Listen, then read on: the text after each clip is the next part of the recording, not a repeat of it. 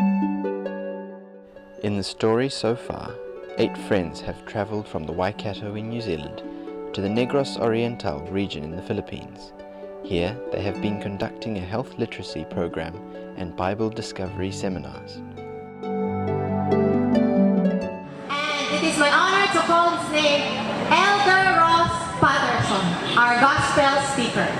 My role here, it begins last year when Roger Goodright organised an outreach in a city called Dumagiri, and that went very well, and so this spawned, or that outreach spawned another one this year.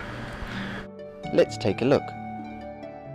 Now we are already in our mid week of the series, and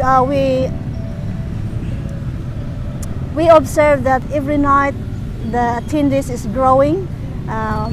First, especially in Ross's program, they are excited about that to know, as they never heard that before, and hopefully this series can win more souls. So you guys someday, and Hillcrest, Mata, please pray for us. We need your prayers, please. So you may ask, does it really matter what church I belong to? Does it really matter? Is it important? Busa kumutan, importante ba gyud nga kita mahimo nga miyembro o tipik?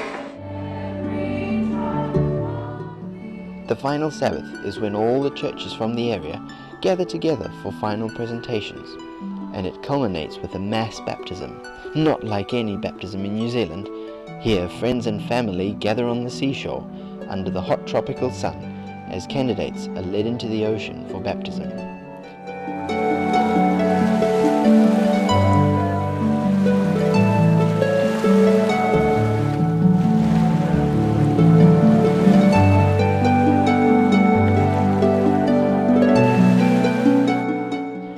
After the dedication prayer, each of the candidates is given a study Bible in their own local dialect and welcomed into the church family.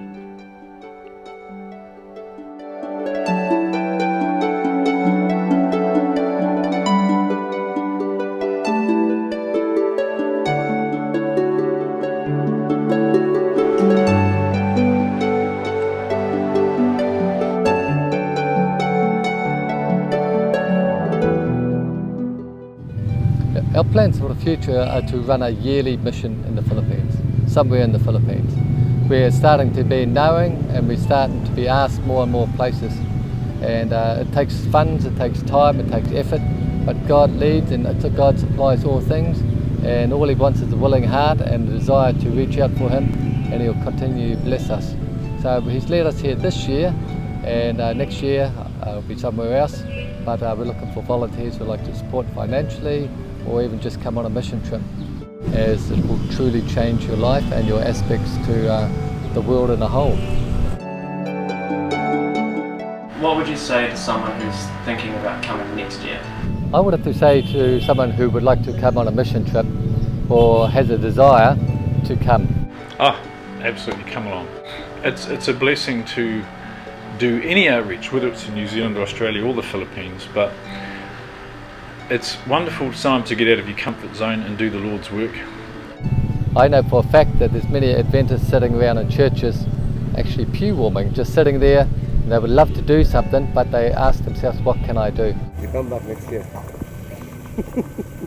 Get involved in outreach on the front lines. I would encourage anyone who's thinking of doing something crazy like going overseas on a mission trip to do exactly that. Because we see the people who have very little, and people are searching for the truth, and you get involved in that, and you get caught up in that, and your life is really changes so much.